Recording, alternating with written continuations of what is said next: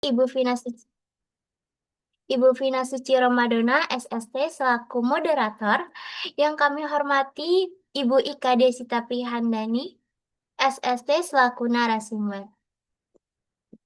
Alhamdulillah, puji dan syukur kita panjatkan kepada Tuhan Yang Maha Esa atas rahmat-Nya.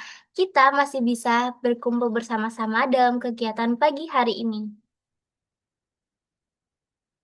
Sama seperti semangat kemerdekaan Agustus yang butuh perjuangan, para pekerja di usia produktif prime working age juga butuh ketahanan ekstra pada saat harus bangkit kembali di dunia kerja. Nah, teman-teman, di penghujung Agustus ini, pada webinar Ngulik Pagi ini, kita bakal membahas durasi mencari kerja kembali pada prime working age di Indonesia. Kami ucapkan selamat datang dalam kegiatan Ngulik, ngobrol asik literasi statistik.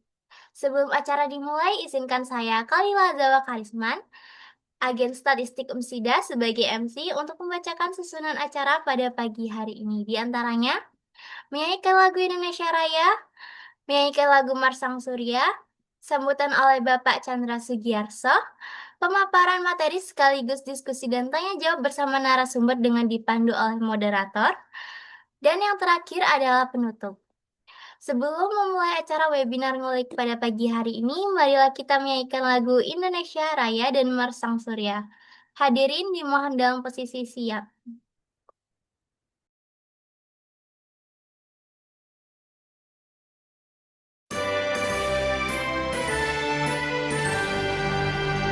Indonesia tanah airku, tanah tumpah darahku.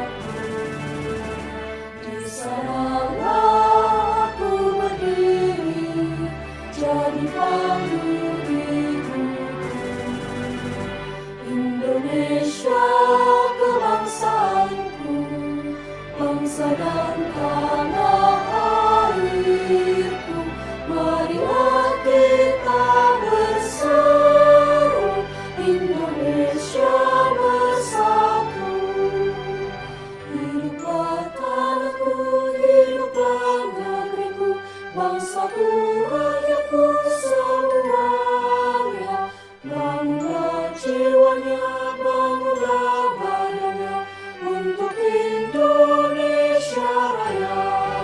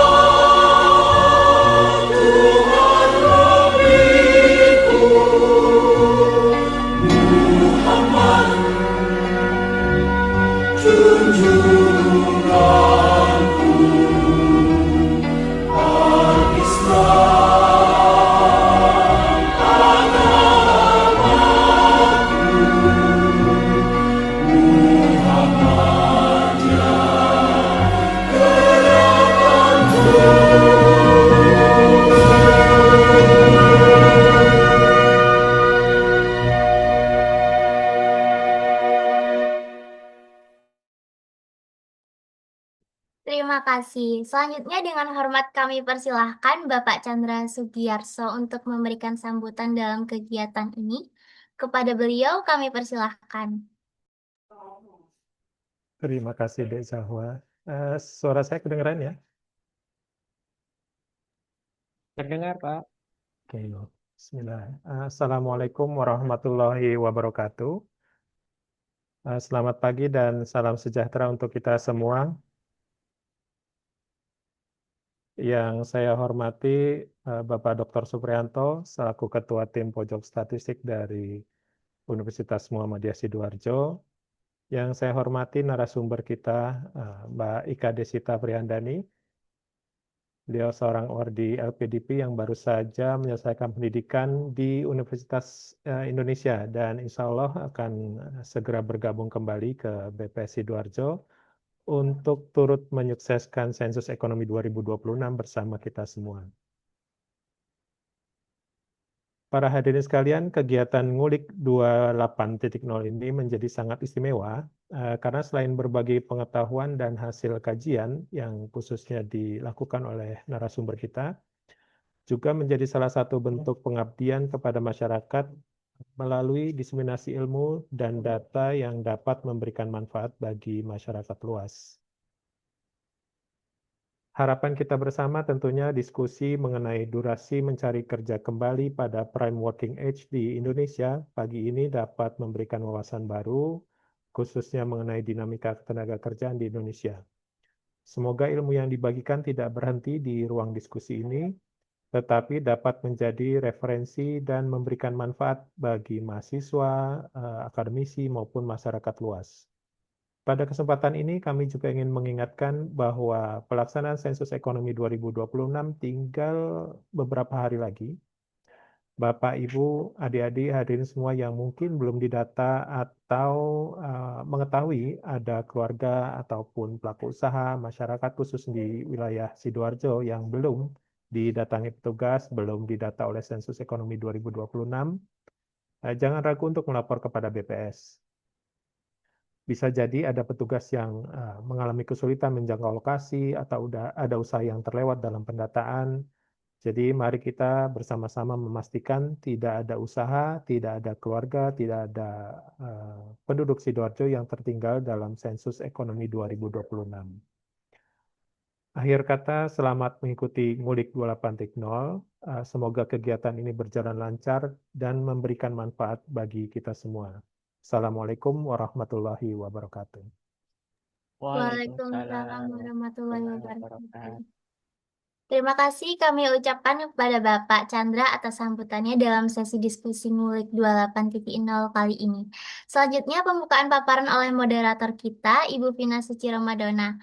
Marilah kita sambut beliau. Halo Ibu Vina, apa kabar? Halo Kak Zahwa, Alhamdulillah baik. Gimana Kak Zahwa sendiri bagaimana? Alhamdulillah baik juga Ibu. Senang sekali bisa bersama Ibu Vina Suci Ramadana hari ini. Oke teman-teman, kita udah siap nih untuk menyelami materi yang menarik. Jadi yuk kita ikuti dengan fokus dan jangan ragu untuk aktif berinteraksi di kolom chat. Kita bikin acara ini seru bersama-sama. Untuk selanjutnya bisa dilanjutkan oleh moderator tercinta kami, yaitu Ibu Vina Ruci Ramadana.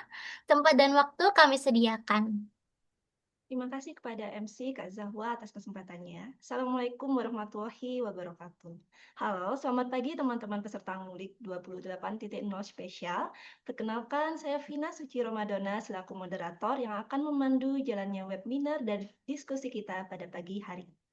Topik yang akan kita bahas kali ini diambil dari penelitian tesis narasumber kita yang mana sangat menarik dan krusial dengan judul Durasi Mencari Kerja Kembali pada Prime Working Age di Indonesia. Kita akan mengulik fenomena usia produktif, yaitu untuk usia penduduk 25-54 tahun yang mencari kerja kembali, serta membuktikan secara data statistik apakah pelatihan, baik itu skill maupun upskilling, benar-benar membuat seseorang lebih cepat dapat kerja lagi, dan apakah kebaruan waktu pelatihan itu cukup berpengaruh. Diskusi kita hari ini tentu akan sangat berbobot karena telah hadir bersama kita narasumber yang sangat kompeten di bidangnya. Mari kita sapa bersama Mbak Ika Desita Prihandani, SST MPLE. Halo Mbak Ika, selamat pagi. Pagi Mbak Vina, Terima Gimana Mbak kasih. kabarnya? Sehat Mbak? Alhamdulillah baik, Mbak. Alhamdulillah. Sebelumnya saya ucapkan selamat ya Mbak ya atas kelulusan di pendidikan magisternya dengan predikat cum laude-nya. Wah, keren banget nih ya Mbak Ika ya. Semoga ilmu yang didapatkan bisa membawa keberkahan dan membawa kebaikan serta membuka jalan untuk impian-impian selanjutnya. Amin ya rabbal alamin. Baik teman-teman peserta ngulik, sebelum Mbak Ika memaparkan materinya, izinkan saya membacakan profil singkat beliau.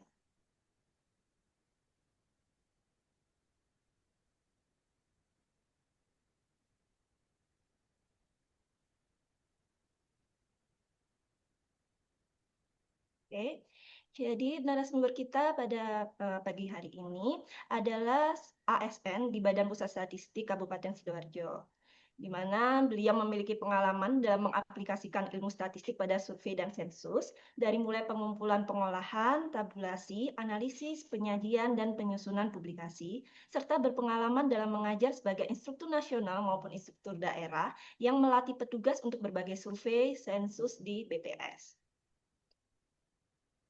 Adapun untuk latar pendidikannya adalah beliau merupakan lulusan sarjana sains terapan di Sekolah Tinggi Ilmu Statistik pada tahun 2016 dan kemudian juga merupakan lulusan dari Master in Population and Labor Economics atau MPLE di Universitas Indonesia pada tahun 2020.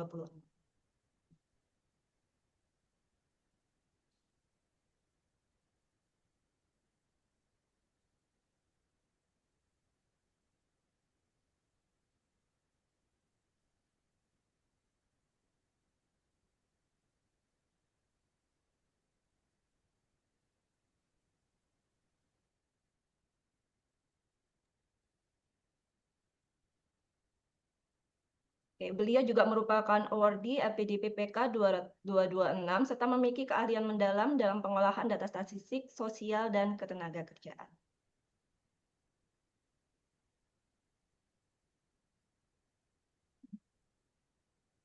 Untuk pengalaman pelatihan workshop,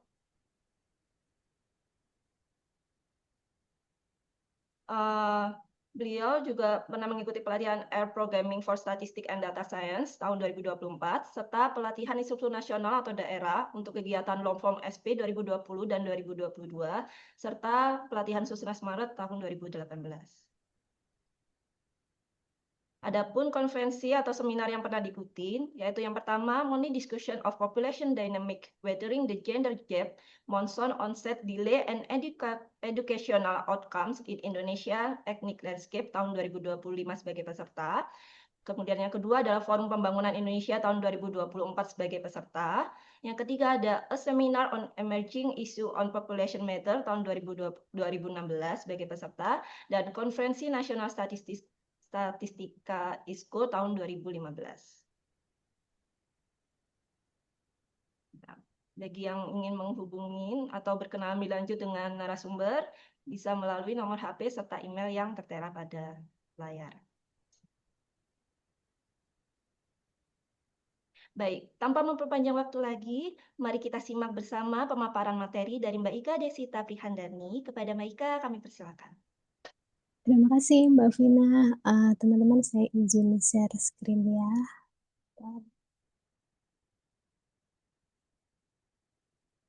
Apakah sudah terlihat? Iya, sudah terlihat, Mbak. Sudah ya, oke. Baik, sebelumnya Assalamualaikum warahmatullahi wabarakatuh. Selamat pagi, yang terhormat Kepala BPS Kabupaten Sidoarjo yang dalam kesempatan kali ini diwakili oleh Bapak Chandra Sugiarso Lasambo SSTMM, yang saya hormati Bapak Dr. Supriyanto MM selaku Ketua Tim Pojok Statistik, serta teman-teman baik di BPS Sidoarjo maupun di UMSIDA yang saya banggakan. Sebelumnya, perkenalkan, nama saya Ika Desita Prihandani.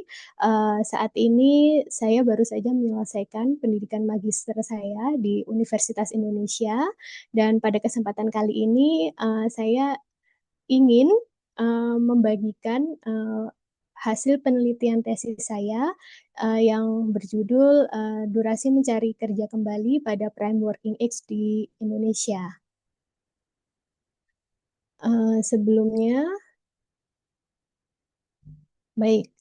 Eh, Kalau kita bicara terkait durasi mencari kerja ya tentunya yang ada di kepala kita adalah siapa sih mereka yang lebih cepat untuk mendapatkan pekerjaan. Jika ada individu A dan B, misal katakanlah sama-sama di Sidoarjo gitu ya, yang sama-sama mau atau sedang mencari pekerjaan. Nah, apakah mereka yang memiliki pendidikan tinggi atau yang memiliki pengalaman bertahun-tahun atau bahkan yang memiliki skill maupun koneksi? Nah, eh, faktor-faktor tersebut terlihat memang saling berkaitan. Artinya bahwa tidak bisa kita lepaskan satu persatu gitu ya. Namun pada penelitian tesis yang saya lakukan, ini saya mencoba untuk melihat bagaimana atau apakah pengalaman pelatihan yang dimiliki oleh seorang individu ini berbeda tergantung dari kapan individu tersebut melakukan pelatihan.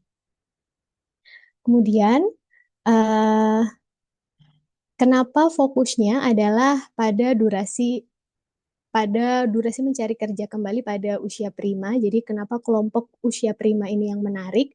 Jadi teman-teman, saya mau mengajak teman-teman untuk melihat lebih dalam terkait tingkat pengangguran terbuka di Indonesia yang saat ini mungkin udah sering ya dengar atau baca gitu ya, mungkin di media sosial atau mungkin di websitenya BPS bahwa tingkat pengangguran terbuka memang saat ini trennya terlihat menurun gitu. Tapi kalau kita lihat lebih jauh, teman-teman, eh, penurunan tingkat pengangguran terbuka ini selama 20 tahun terakhir, kita lihat ya di tahun 2025, ini memang trennya terlihat turun sebesar 9% poin gitu. Tapi kalau kita lihat berdasarkan kelompok usianya, nah kita breakdown tuh lagi ke kelompok usia, ternyata yang mengalami penurunan itu hanya di kelompok usia muda, yakni 15 sampai 24 tahun. Kita lihat yang grafik sebelah kanan ya, yang di grafik di atas. Nah, itu yang trennya terlihat menurun sama dengan angka agregatnya itu adalah si kelompok muda. Nah, berbeda nih halnya dengan kelompok usia yang lebih dewasa lah kita sebutnya ya, yakni 25 sampai 54 tahun. Terlihat bahwa dia selama 20 tahun terakhir itu menunjukkan tren yang cukup stagnan ya, kalau bisa kita bilang gitu. Nah, di sisi lain, isu penuaan penduduk di Indonesia ini semakin dari tahun ke tahun nih teman-teman, ini akan semakin meningkat. Artinya bahwa jumlah penduduk yang tidak lagi berada pada usia produktif itu nantinya akan semakin banyak. Jadi kalau teman-teman tahu ada generasi emas Indonesia di tahun 2045, nah itu adalah titik puncak jumlah usia produktif terbanyak. Tapi setelah itu penduduk Indonesia itu usianya akan didominasi atau ibaratnya melandai pada kelompok-kelompok usia yang lebih tua. Jadi usia produktifnya lebih sedikit gitu dibanding dengan kelompok usia tua. Sehingga efeknya adalah angkatan kerja kita juga akan semakin menua. Ini terlihat bahwa pada tahun 2005 median usia angkatan kerja ini naik dari 36 tahun menjadi 40 tahun di 2024. Demikian juga dengan penganggurannya. Di 2005 median usia kita berada di usia 24 tahun nih, masih muda. Masih ibaratnya kalau kita bilang fresh graduate ya, baru lulus kuliah S1 misalnya. Nah, di tahun 2024 ternyata median usia pengangguran di Indonesia itu naik juga jadi 28 tahun. Di sisi lain, secara jumlah meskipun presentasenya kalau dibandingkan dengan yang muda ya, yang muda kan 17% nih di tahun 2024. Kita lihat grafik yang paling ujung kanan. Nah, yang si kelompok usia primanya nih, meski secara persentase hanya 3%, tapi jumlahnya tidak sedikit, yakni sebanyak 3,8 juta. Artinya apa? Artinya seiring berjalannya waktu, urgensi terkait kondisi ketenaga kerjaan mereka yang usianya tidak lagi muda atau bukan lagi fresh graduate, ini semakin penting. Di sisi lain, saat ini teman-teman kalau kita bandingkan dengan 20 tahun yang lalu, diversifikasi bentuk pekerjaan hingga perubahan pola organisasi kerja itu juga semakin beragam. Sekarang ada istilahnya gig worker. Terus kita bisa lihat bahwa pekerjaan-pekerjaan yang fleksibel, hybrid itu semakin banyak, sehingga akibatnya ini menurunkan ketersediaan jenis pekerjaan dengan stabilitas jangka panjang, atau mudahnya adalah pegawai-pegawai yang uh, kontrak dikontrak dalam waktu tertentu, dalam waktu pendek, ini semakin banyak, sehingga fenomena mencari kerja kembali ini semakin umum terjadi. Nah, permasalahannya kemudian adalah bagi mereka yang pernah bekerja, kemudian mencari kerja kembali, secara usia mereka semakin menua. Mereka dihadapkan oleh kemungkinan resiko depresiasi keterampilan yang juga tinggi. Selanjutnya, nah, plot twist-nya adalah teman-teman, keterampilan yang kita miliki nih, bahkan saya pun saat ini tidak permanen. Artinya mungkin sekarang baru lulus kuliah, masih fresh, masih baru gitu keterampilan yang dimiliki. Tapi kemudian mungkin tahun lagi, 2 tahun lagi, nah keterampilan itu bisa menurun. Dan ini juga terbukti pada penelitian yang dilakukan oleh World Bank di tahun 2008 menunjukkan bahwa 4 dari 10 pekerja di Indonesia usia lebih dari 27 tahun itu mengalami penurunan keterampilan karena kurangnya akses ke pelatihan. Jadi pelatihan-pelatihan di tempat kerja itu umumnya memang berfokus pada mereka yang usia muda gitu, yang dianggap belum memiliki keterampilan yang memadai. Nah, teori modal manusia yang dikemukakan oleh Becker menyebutkan bahwa peningkatan keterampilan melalui pelatihan ini merupakan bentuk investasi modal manusia yang dapat digunakan untuk meningkatkan produktivitas individu yang pada endingnya dapat digunakan oleh individu sebagai modal untuk melakukan penawaran di pasar kerja. Namun, Becker juga mengingatkan bahwa investasi keterampilan itu hanya meningkatkan produktivitas selama periode tertentu, artinya tidak permanen sifatnya dan dapat dipengaruhi oleh laju keusangan keterampilan. Uh, Laju keusangan keterampilan ini juga bisa banyak faktornya, tidak hanya penuaan, ada juga perubahan teknologi misalnya, atau berpindah kerja. Jadi ketika teman-teman misal udah kerja di satu perusahaan kemudian pindah ke perusahaan yang lain. Nah, keterampilan itu juga bisa menjadi usang ibaratnya. Jadi teman-teman butuh nih pelatihan yang baru. Temuan-temuan studi di sebelumnya menemukan bahwa pengaruh pelatihan ini berbeda-beda nih teman-teman terhadap durasi mencari kerja. Namun khususnya di Indonesia ya, studi-studi sebelumnya ini belum ada yang mengukur manfaat pelatihan yang relatif terhadap waktu. Kemudian penelitian di Indonesia juga banyak masih berfokus pada kelompok yang belum selesai masa transisi dari sekolah bekerja atau kelompok muda. Sementara penelitian dari Crepon dan Landmeser di tahun 2011 mereka menunjukkan bahwa pengaruh pelatihan ini tuh bergantung pada waktu atau time dependence, yang mana efek pelatihan terhadap durasi mencari kerja itu dapat melemah dalam jangka panjang. Sehingga penelitian ini mencoba untuk membedakan pengalaman pelatihan menurut waktunya, serta kita akan fokus pada durasi mencari kerja terakhir seseorang gitu. Jadi misal katakanlah saya pernah mencari kerja pada usia 20 tahun dan 24 tahun. Yang dilakukan oleh penelitian ini hanya yang fokus pada durasi mencari kerja terakhirnya pada usia 24 tahun itu. Dan berfokus pada kelompok usia yang sudah menyelesaikan pendidikan. Kemudian, sehingga pertanyaan penelitian pada tesis ini adalah apakah pengalaman pelatihan ini memang berbeda menurut waktu pelatihannya terhadap durasi mencari kerja. Sehingga diharapkan nantinya penelitian ini dapat memberikan bukti empiris yang memperhatikan kebaruan pelatihan. Selanjutnya ini maaf ya teman-teman, saya sedikit aja gak bakalan banyak menjelaskan. Ini teori terkait pencarian kerja yang pertama kali dikemukakan oleh Stigler, kemudian dikembangkan oleh McCall. Jadi teman-teman intinya adalah durasi mencari kerja kembali ini akan dihitung dari sejak berhenti kerja dari pekerjaan sebelumnya dan mulai mencari kerja kembali hingga diterima bekerja.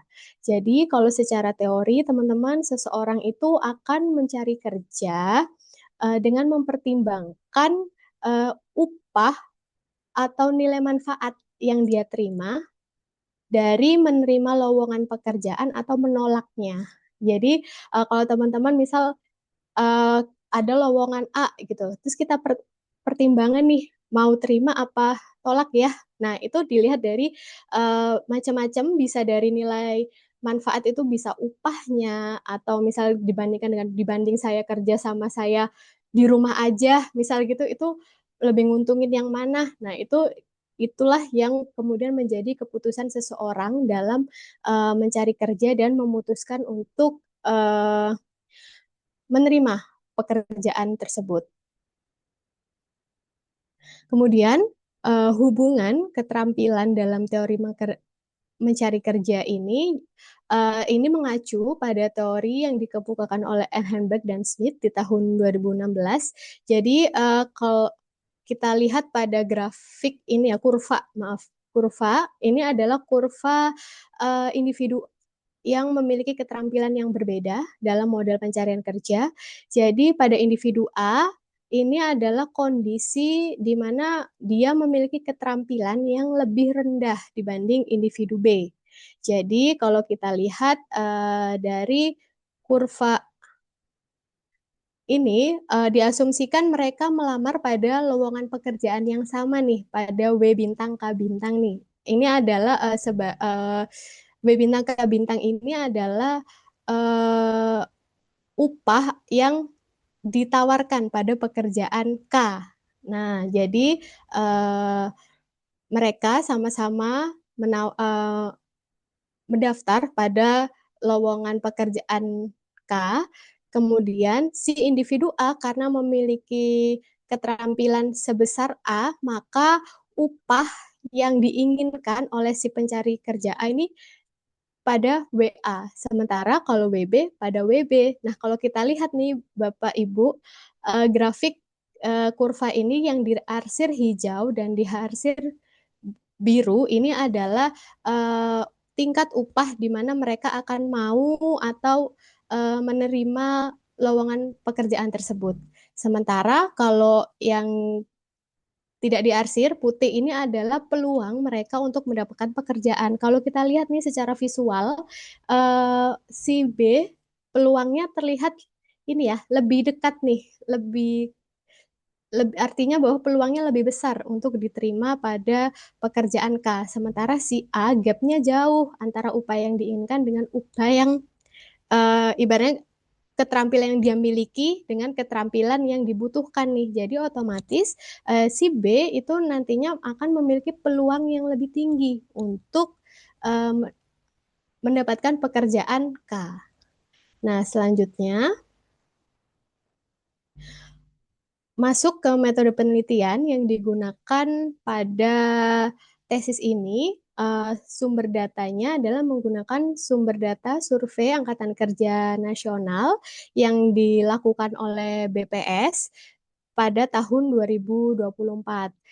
Mungkin sekalian aja ini saya promosi gitu ya. Jadi adik-adik Umsida kalau mau menggunakan data BPS itu bisa meminta dengan syarat melampirkan ya dari uh, kampus bahwa sedang melakukan penelitian, butuh data itu bisa dengan website nanti diproses secara online dan semua datanya itu gratis.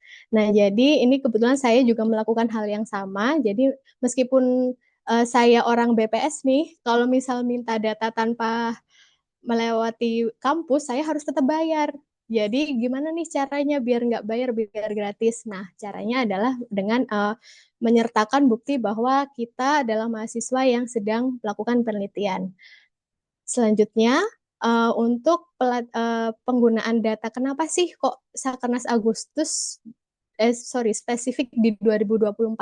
Jadi Bapak Ibu dengan perkembangan kuesioner Sakernas atau pertanyaan-pertanyaan di Sakernas pada 2024 itu terdapat pertanyaan yang baru ada tuh di tahun itu terkait informasi bulan dan tahun berhenti kerja terakhir, sehingga pada saat survei tersebut dilakukan kita bisa mendapatkan informasi tersebut untuk kemudian kita lakukan penelitian terkait durasi mencari kerjanya.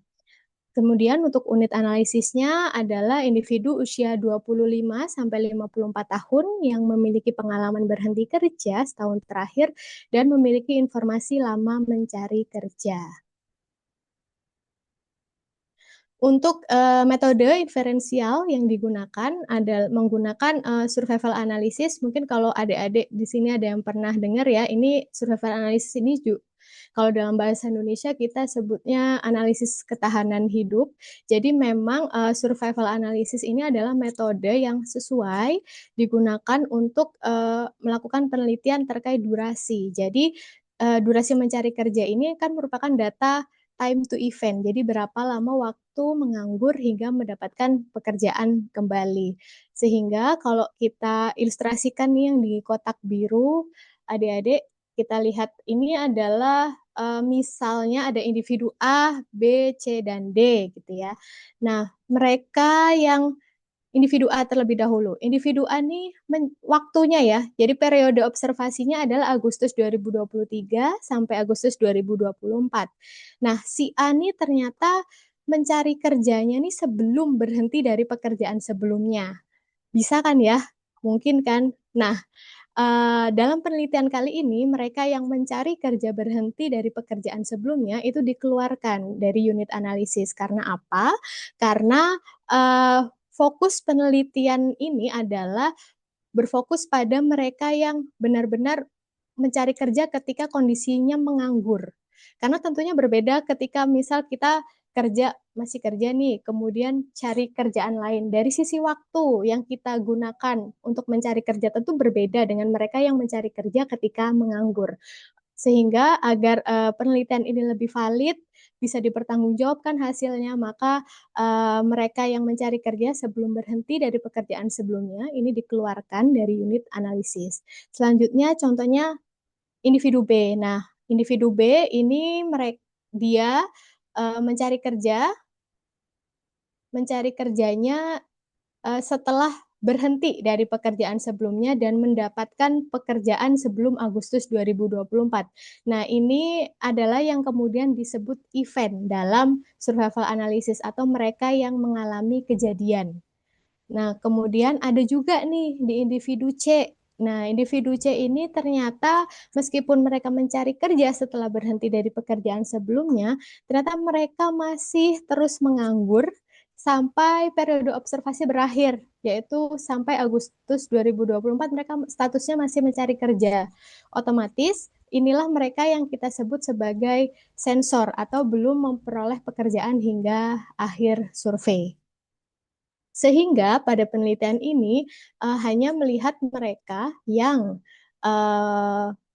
mencari kerja pada rentang periode observasi Agustus 2023 sampai 2024 yang sudah bekerja kembali atau masih menganggur atau masih mencari kerja gitu.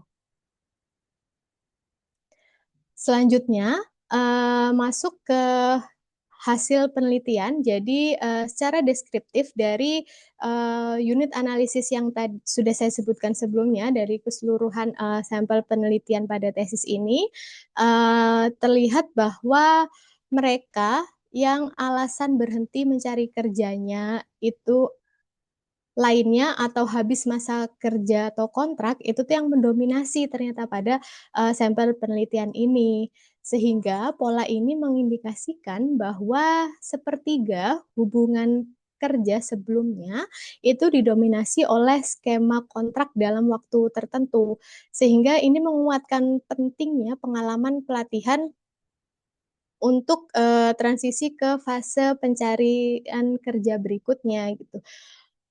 Sehingga penelitian ini memfokuskan atau tidak membedakan alasan berhenti kerja sebelumnya. Jadi mau yang berhenti sebelumnya karena PHK, karena usaha terhenti dan sebagainya itu dimasukkan dalam penelitian ini. Kemudian jika kita lihat berdasarkan pengalaman pelatihan, ternyata polanya juga sama nih, adik-adik. Kita lihat ya grafiknya, terlihat bahwa yang mendominasi sama-sama yang barnya hijau dan ungu yang ini bar hijau dan ungu, hijau adalah untuk lainnya dan ungu habis masa kerja atau kontrak. Kemudian, nah, kalau kita lihat nih berdasarkan pengalaman pelatihan pencari kerja usia prima, ternyata mayoritas pencari kerja di Indonesia, mereka yang berusia prima, pencari kerja usia prima di Indonesia itu tidak pernah pelatihan dan median umur yang pernah pelatihan itu cenderung lebih muda.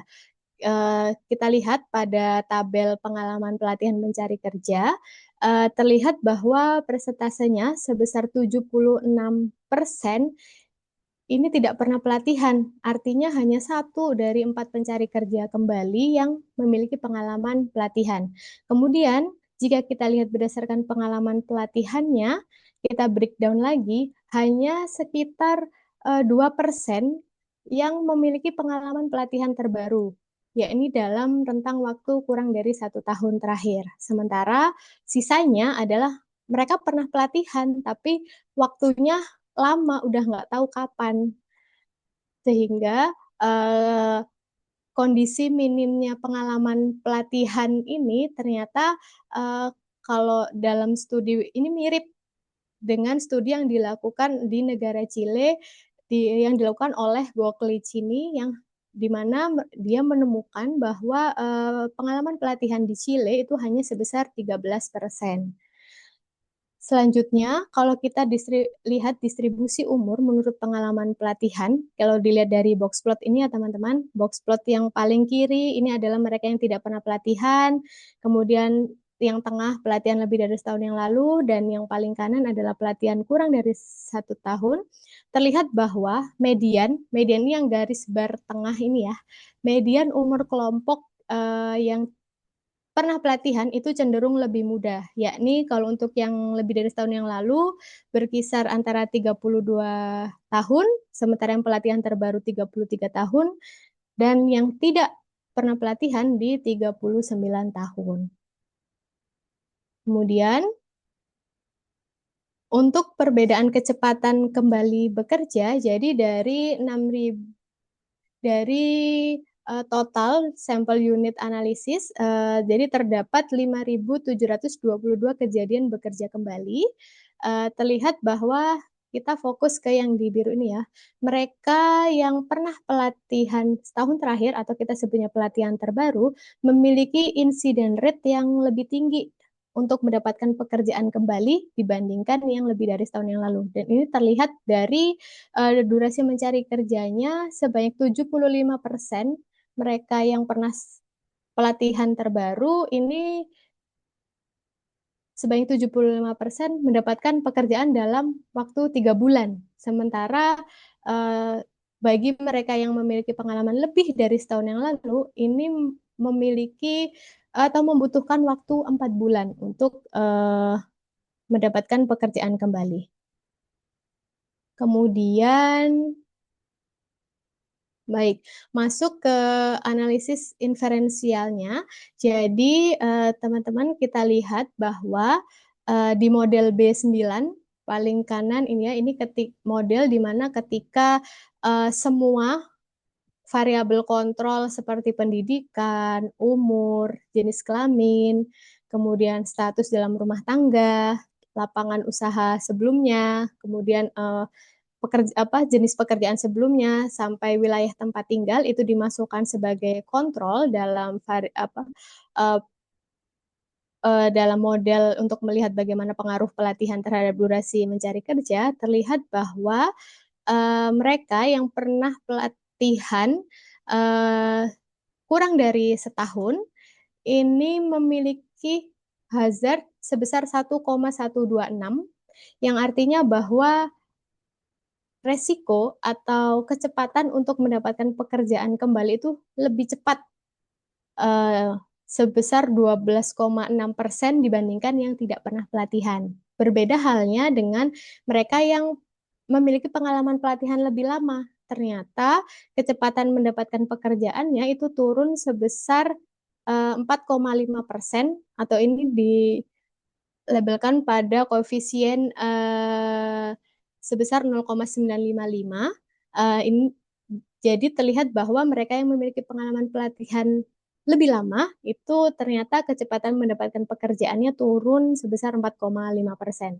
Nah, temuan ini sejalan dengan beberapa studi di Polandia dan juga di Prancis yang menemukan bahwa memang mereka yang memiliki pengalaman pelatihan lebih baru itu uh, berhubungan dengan kecepatan mendapatkan pekerjaan kembali yang lebih cepat. Sehingga temuan ini menunjukkan bahwa mekanisme pengaruh pelatihan terhadap durasi mencari kerja itu bergantung kepada waktu. Dan ini kemudian mengindikasikan bahwa keterampilan yang usang ini mungkin terjadi untuk pengalaman pelatihan yang lebih lama. Kemudian, nah selanjutnya grafik atau kurva post estimation ini adalah kurva yang menggambarkan probabilitas mereka yang mendapatkan pekerjaan kembali menurut pengalaman pelatihan. Kurva yang pertama yang di atas ini membandingkan mereka yang memiliki pengalaman pelatihan terbaru dengan yang tidak pernah pelatihan. Kita lihat yang kurva bagi mereka yang pernah pelatihan terbaru, ini kurvanya warna hijau dan yang tidak ikut pelatihan warna biru. Nah, ini terlihat bahwa grafik di kanan atau kurva Y-nya ini menunjukkan peluang atau proporsi pencari kerja yang sudah mendapatkan pekerjaan kembali, sementara kurva X-nya ini adalah menunjukkan durasinya atau waktu untuk mendapatkan pekerjaan kembali. Nah, kalau kita lihat dalam 1 bulan, mereka yang pernah pelatihan terbaru itu sekitar 60% individunya sudah mendapatkan pekerjaan kembali, sementara kalau yang tidak pernah pelatihan itu hanya sebesar 56%. Kemudian berbeda halnya dengan mereka yang memiliki pengalaman pelatihan yang lebih lama. Nah, kalau kita lihat mereka yang tidak ikut pelatihan ini digambarkan oleh kurva biru, sementara yang pelatihan lama digambarkan oleh kurva merah.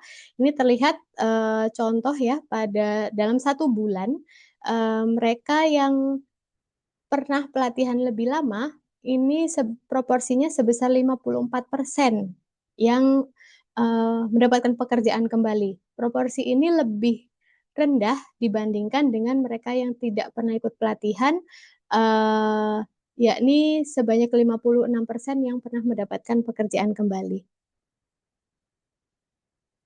Sehingga penelitian ini mengindikasikan adanya hubungan pelatihan yang bergantung kepada waktu, gitu. Sehingga mereka yang memiliki pengalaman pelatihan setahun terakhir ini memiliki hubungan yang terlihat cenderung positif ya dengan dibandingkan dengan mereka yang memiliki pengalaman pelatihan yang lebih lama. Sehingga rekomendasi kebijakan dari penelitian ini diharapkan adanya kembali program-program pelatihan yang diperuntukkan bagi mereka yang memiliki pengalaman berhenti kerja sebelumnya. Adapun keterbatasan penelitian pada tesis ini adalah yang pertama, penelitian ini baru memungkinkan dianalisis dengan data cross-section atau kalau kita sebutnya hanya data satu periode saja. karena dari sisi ketersediaan datanya, untuk data terkait bulan dan tahun periode pencarian kerja terakhir, ini baru tersedia pada Sakernas Agustus tahun 2024. Sehingga bagi penelitian selanjutnya, analisis dapat dikembangkan dengan analisis repeated cross-section yang memungkinkan jika pada Sakernas tahun berikutnya informasi tersebut masih tersedia. Kemudian yang kedua, keterbatasannya adalah studi ini belum mampu secara spesifik mengidentifikasi apakah khusus untuk yang ini ya, yang pelatihannya kurang dari setahun terakhir, belum mampu nih mengidentifikasi apakah pelatihan yang dilakukan ini sebelum mencari kerja atau sebelum mendapatkan pekerjaan. Jadi berbeda halnya dengan mereka yang memiliki pengalaman pelatihan lebih lama, pada penelitian ini sudah bisa diidentifikasi mereka memiliki pengalaman pelatihan sebelum mencari kerja gitu, sehingga bisa dilihat bagaimana hubungannya. Selain itu, penelitian ini juga karena keterbatasan data yang ada di Sakernas, belum bisa spesifik menjelaskan jenis pelatihan yang diikuti. Selanjutnya, sebagian perbedaan wilayah pada penelitian ini telah dikontrol sebagai proksi dari kondisi pasar kerja, sehingga analisis lebih lanjut bisa dilakukan dengan mengontrol variabel wilayah lainnya.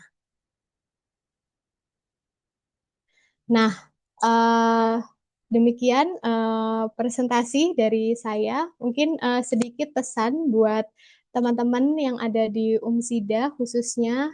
Jadi teman-teman sekarang yang masih kuliah, banyaklah ikut pelatihan juga teman-teman, karena ternyata pelatihan itu tidak hanya apa pelatihan yang kita lakukan, tapi kapan pelatihan yang kita lakukan itu juga berpengaruh nih terhadap kecepatan seseorang untuk mendapatkan pekerjaan. Demikian presentasi dari saya. Monggo kita lanjutkan diskusi. Kalau mau ada yang tanya-tanya, saya akhiri. Wabillahi taufiq wal hidayah. Wassalamualaikum warahmatullahi wabarakatuh. Waalaikumsalam warahmatullahi wabarakatuh. Luar biasa sekali pemaparan dari narasumber kita, Mbak Ika. Sebuah sajian data yang sangat membuka mata kita semua. Ternyata di balik fenomena angkatan kerja dan pengangguran usia prima yang makin menua, kebaruan pelatihan itu memegang peranan kunci. Belajar atau ikut pelatihan saja tidak cukup, tapi juga melihat kapan pelatihan itu diikuti menjadi penentu seberapa cepat seseorang bisa kembali terserap di dunia kerja. Poin pentingnya stay skill and stay relevant. Betul begitu, Mbak Ika? Ya. Baik, sekarang kita masuk ke sesi diskusi dan tanya jawab.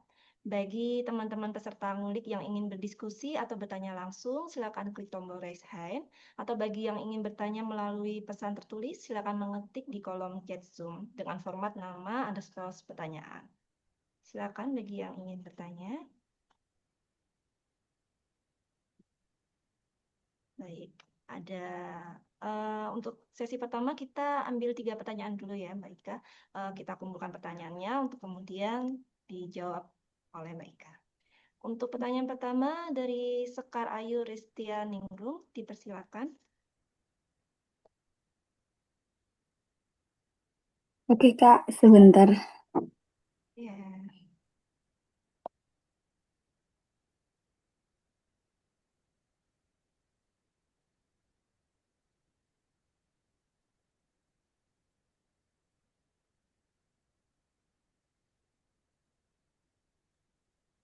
Oke, baik Kak.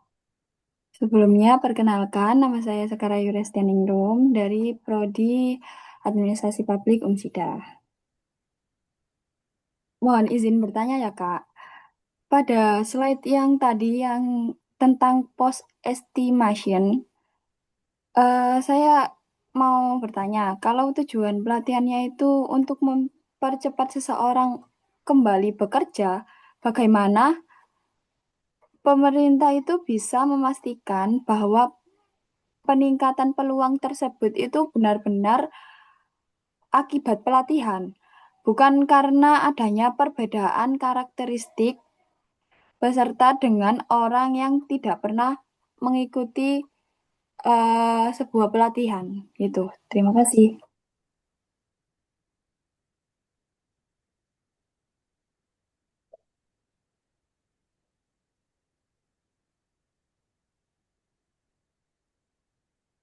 Oke, untuk pertanyaan, terima kasih kepada Mbak Sekar Ayu. Silakan apabila ada pertanyaan lain.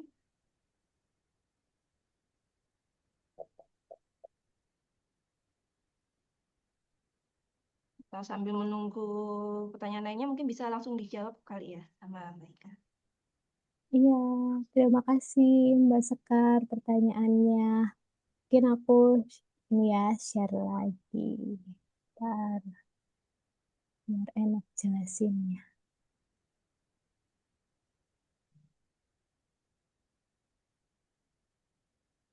Oke, kalau boleh tadi saya ulangi ya pertanyaannya, bagaimana nih pemerintah bisa tahu nih kalau pelatihan lah yang menjadi faktor yang bisa meningkatkan seseorang mendapatkan pekerjaan kembali gitu ya. Benar, Mbak Sekar? Benar, Ya, Kak. iya. Jadi eh, untuk bagaimana kalau kita lihat di sini, jadi penelitian ini ya ada model dari model B1 sampai model B9. Nah, kita lihat bahwa eh, model B1 hingga model B9 ini merupakan model di mana karakteristik-karakteristik yang berbeda nih antara pencari kerja usia 25 sampai 54 tahun itu dikontrol.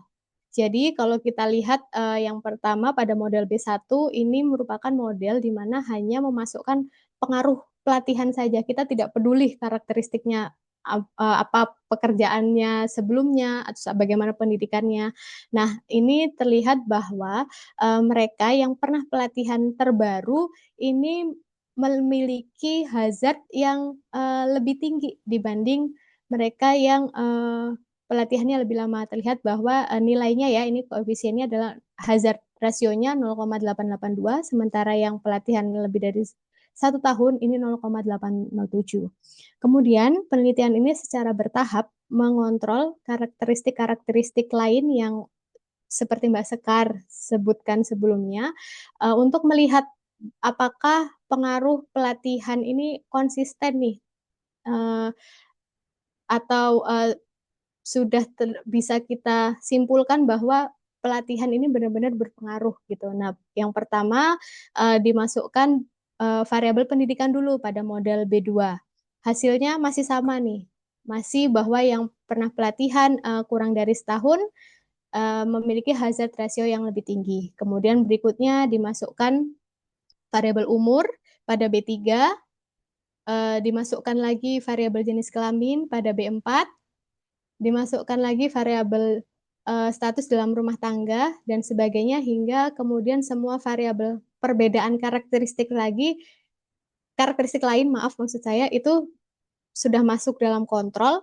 Kemudian kita lihat pengaruh pelatihan ternyata konsisten nih masih sama bahwa pengaruh pelatihan memiliki yang lebih baru ya, memiliki hazard untuk mendapatkan pekerjaan kembali yang lebih cepat dibanding dengan yang lebih lama. Demikian, ada mau ditambahkan? Bagaimana Mbak Sekar? Apa sudah cukup jelas? Sudah cukup jelas sih. Terima kasih ya, Iya, Kak. ya. Untuk pertanyaan selanjutnya, mungkin akan saya bacakan dari kolom chat ya. Dari Bapak Eko Pramono. Oke, sebelumnya selamat kepada Mbak Ika atas pendidikan magisternya dan penelitian Mbak Ika sangat menarik. Saya melihat ada dua temuan yang menarik. Yang pertama, pada model B1 atau baseline, nilai hazard rasio untuk pelatihan terbaru adalah 0,882. Namun setelah seluruh variabel kontrol dimasukkan di model B9, nilai hazard rasionya berbalik arah menjadi 1,126. Sebenarnya variabel kontrol manakah yang paling kuat membalikan efek ini dan bagaimana membaca fenomenanya? Lalu yang kedua, Pada temuan model B9 menunjukkan bahwa pengalaman pelatihan yang lebih dari 1 tahun justru memperlambat durasi mendapatkan kerja dibandingkan yang tidak pernah pelatihan. Kira-kira bagaimana menjelaskan hal ini? Apakah karena kualitas kelompok umur, atau apakah ada indikasi stigma pasar berupa overqualified, overpriced, atau ilmunya dianggap sudah tidak relevan? Karena jika dibaca secara gamblang, lebih baik tidak pelatihan dibanding pelatihan namun tidak melakukan update diri. Nah, bisa langsung dijawab mungkin, Mbak. Baik, terima kasih untuk pertanyaannya. Untuk pertanyaan yang pertama, jadi variabel confounder yang membalikkan arah ini adalah pendidikan, Bapak. Jadi kita lihat pada model B2, ketika pendidikan itu masuk, eh, arahnya berubah yang dari awalnya negatif menjadi positif, dan ini secara deskriptif, mungkin mohon maaf sebelumnya karena tidak saya tampilkan di PPT. eh, jadi memang terlihat bahwa mereka yang pernah pelatihan itu adalah mereka yang cenderung pada pendidikan tinggi, sementara mereka yang tidak pernah pelatihan itu pada pendidikan rendah. Dan confounder ini semakin kuat efeknya pada mereka yang pernah pelatihan kurang dari setahun. Kemudian untuk yang kedua, eh, pada ini ya, untuk pengalaman pelatihan yang lebih dari setahun, bagaimana cara ini ya, karena dia dibandingkan dengan tidak pelatihan ternyata lebih lama nih dapat kerjaannya, berarti tidak pernah, berarti mending nggak usah pelatihan dong gitu kan. Nah, jadi sebenarnya yang pertama, tujuan dari penelitian ini kan adalah membandingkan antara mereka yang pernah pelatihan terbaru dan lebih lama. Itu satu. Kemudian uh, otomatis kita butuh satu ukuran yang agar mereka bisa terbandingkan, atau kita butuh variabel sebagai variabel referensinya. Nah, dalam penelitian ini digunakan variabel referensi untuk tidak pernah pelatihan. Kemudian yang kedua adalah salah satu keterbatasan slide ini ya. Jadi memang sebenarnya penelitian tesis ini secara holistik atau secara fullnya itu ada, kita melakukan penelitian membedakan subsampel penelitian, yakni mereka yang memiliki pengalaman pekerjaan sebelumnya sebagai pekerja kerah biru, kerah putih, atau kerah abu-abu, dan juga lapangan usaha sebelumnya. Jadi kalau hasil yang saya tampilkan ini adalah hasil secara agregat, di mana ternyata pengalaman pekerjaan sebelumnya ini itu juga mempengaruhi bagaimana distribusi pengalaman pelatihan pencari kerja, sehingga secara agregat memang terlihat tampak bahwa mereka yang pelatihan terbaru ini lebih cepat dapat pekerjaannya. Tapi kalau kita lihat, lihat lebih dalam bahwa pelatihan yang lebih cepat dapat pekerjaannya ini justru pada mereka yang bekerja pada pekerjaan kerah biru, artinya yang transferable skill-nya itu lebih mudah dibandingkan dengan mereka yang pekerja kerah putih misalnya. Jadi ketika misal pekerja kerah putih itu mencari kerja kembali, mereka akan lebih sulit untuk mendapatkan pekerjaan kembali karena memang pasar kerjanya itu lebih spesifik dibanding dengan mereka yang pekerja kerah biru. Demikian penjelasan dari saya. Setidaknya baik, Kak. Ya. Untuk pertanyaan selanjutnya, ini ada dari Fahmi, Fakultas Teknik Umsida. Apakah cepatnya seseorang mendapatkan pekerjaan kembali selalu berarti kondisi ketenaga kerjaannya membaik, atau justru mendorong seseorang menerima pekerjaan yang tidak sesuai dengan pendidikan, pengalaman, atau tingkat upah sebelumnya? Mungkin bisa. Oke. Iya. Eh, Baik, terima kasih Mas Fahmi pertanyaannya.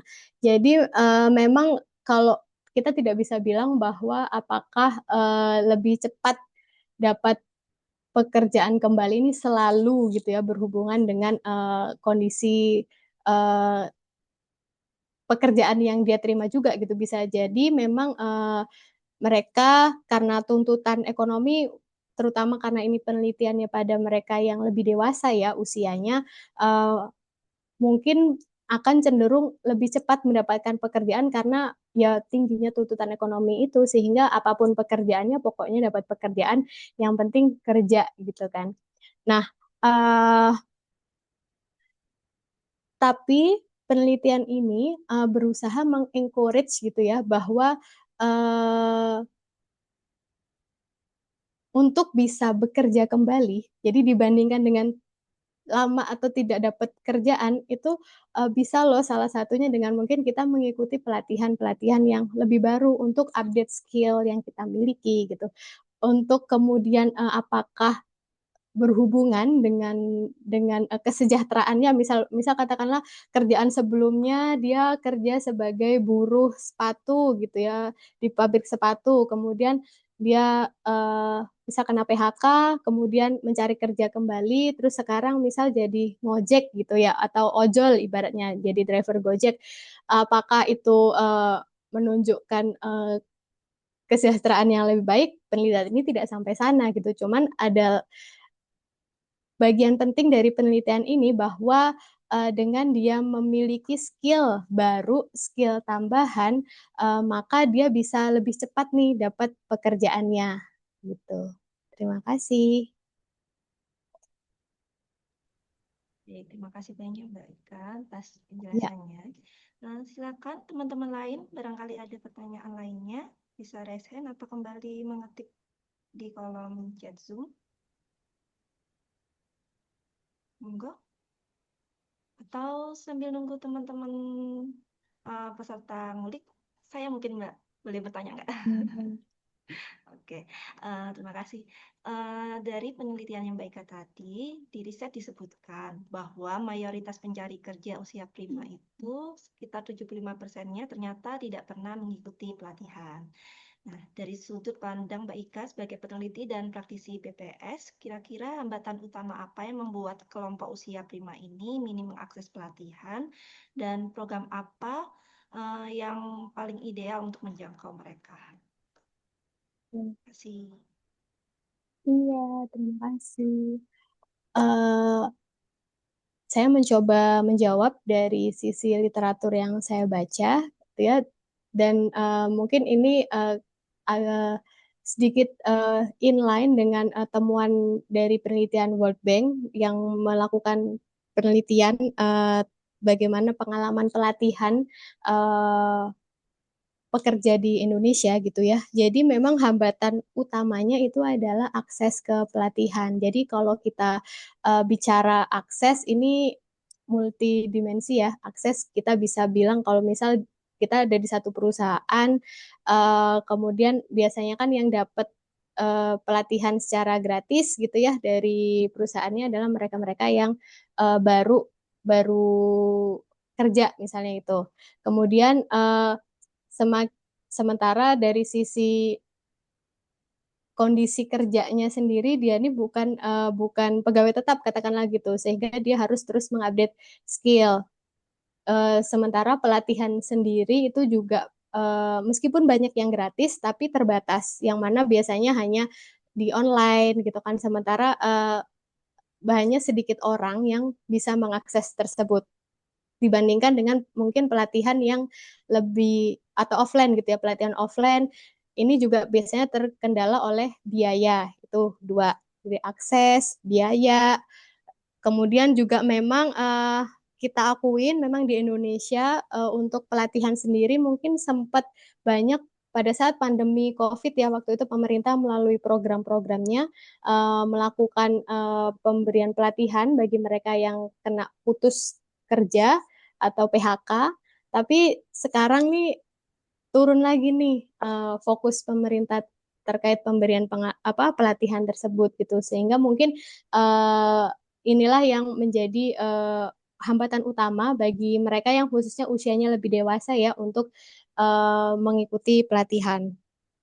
Kemudian, eh sorry Mbak, yang kedua tadi apa ya selain hambatan? Kira-kira Heeh. program seperti apa yang paling tepat untuk Oh, menjangkau mereka yang tidak mengikuti pelatihan? program apa yang yang tepat ya? Kalau kita bicara program, sebenarnya kan pemerintah itu sudah punya kita sebut di Kemenaker itu balai pelatihan, kemudian skill hub yang online, tapi pelaksanaannya nih, implementasinya nih yang masih belum luas gitu. Kalau dari kacamata saya pribadi, tetap butuh pelatihan baik secara daring maupun secara offline gitu untuk menjangkau semua umur ibaratnya gitu ya. Jadi mereka yang muda mungkin bisa nih ikutan skill hub gitu, tapi mereka yang usianya mungkin 40 tahun ke atas, 50 tahun ke atas mungkin kurang bisa mengikuti kalau pelatihannya online seperti itu. Terima kasih banyak Mbak Ika atas Ya, penjelasannya. sama-sama.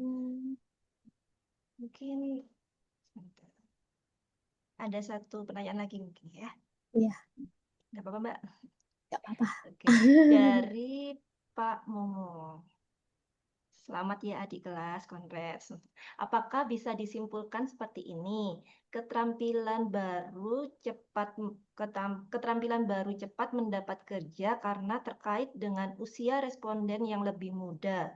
Usia lebih muda ini banyak dikarakteristikan dengan mudah loncat dari satu perusahaan ke perusahaan lain, sementara yang pelatihan lebih lama tidak mudah keluar atau masuk ke perusahaan karena usianya sudah tidak muda lagi. Baik.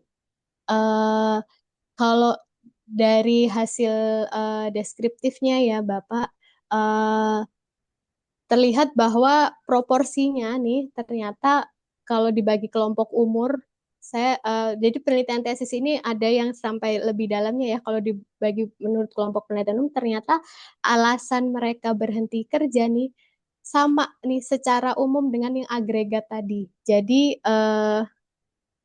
ternyata mayoritas apapun kelompok umurnya, mau muda, tua, itu mayoritas didominasi oleh mereka yang habis masa kerja atau kontrak dan lainnya. Nah, eh, sehingga penelitian ini kemudian tidak bisa lebih jauh menyimpulkan apakah mereka yang lebih muda itu berarti lompat-lompat atau yang tua nih eh, karena keadaan kondisi perusahaannya sehingga mereka ibaratnya secara involuntary harus berhenti kerja gitu.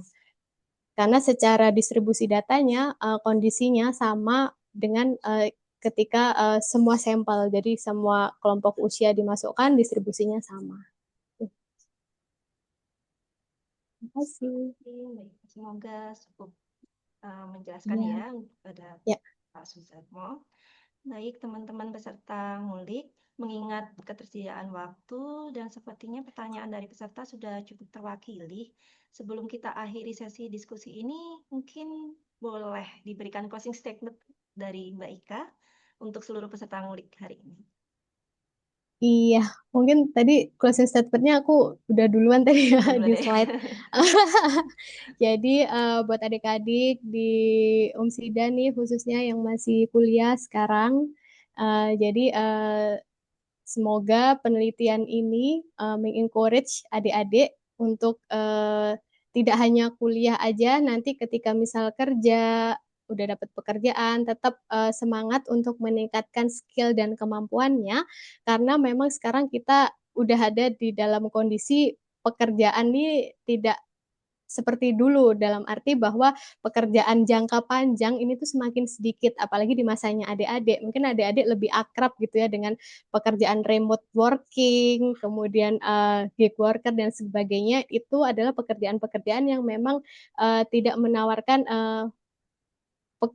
kondisi di mana jangka panjang dan tetap gitu sehingga adik-adik tetap harus menekan skill dan keterampilan meskipun nanti sudah mendapatkan pekerjaan. Gitu. Oke, terima kasih banyak Mbak Ika Ya, atas terima closing kasih. statement-nya. Baik, teman-teman peserta ngulik, tidak terasa kita sudah tiba di akhir sesi diskusi yang sangat berbobot dan akan syarat ilmu.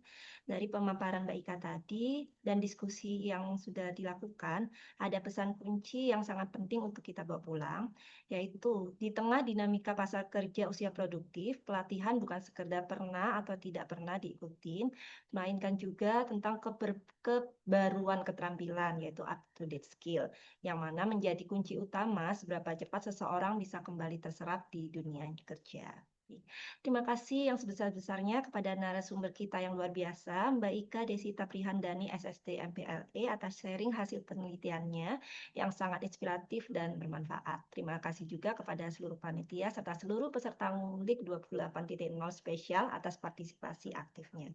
Saya Vina Suci Ramadana selaku moderator. Mohon maaf apabila ada salah kata atau kekurangan selama memandu diskusi. Selanjutnya acara saya kembalikan kepada MC, Kak Kalilah Az-Zahwa. Selamat pagi dan sampai jumpa.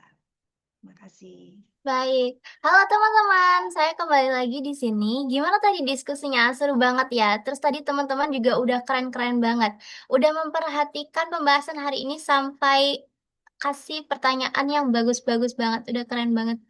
Semoga hadirin terpuaskan dengan sesi diskusi ngulik 28.0 kali ini. Semoga ilmu yang kita dapatkan bisa bermanfaat. Selamat melanjutkan aktivitas untuk teman-teman semua. Tetap semangat dalam menjaga produktivitas. Semoga energi dan ilmu yang kita dapatkan hari ini bisa menjadi bekal berharga untuk melangkah lebih jauh. Sebagai informasi, jangan lupa untuk mengisi daftar hadir, follow akun IG BPS Sidoarjo @bps.sidoarjo dan pojok statistik Umsida. Sertifikat akan diberikan sesuai dengan isian daftar hadir tersebut, dan yang mendapatkan poin Sioma wajib memenuhi 2 syarat. Yang pertama telah mendaftar di Sioma, yang kedua mengikuti acara ini dan melakukan presensi. Apabila ada salah kata, kami mohon maaf yang sebesar-besarnya. Saya Kalila Zawa Karisman dan segenap panitia yang bertugas pamit undur diri. Terima kasih. Wassalamualaikum warahmatullahi wabarakatuh. Terima kasih teman-teman. Waalaikumsalam. Terima kasih banyak teman-teman BPS Sidoarjo dan teman-teman Umsida. Sampai ketemu bulan depan. Dadah Baik, Bude. terima kasih teman-teman. Zoom meeting akan ditutup dalam 3, 2, 1.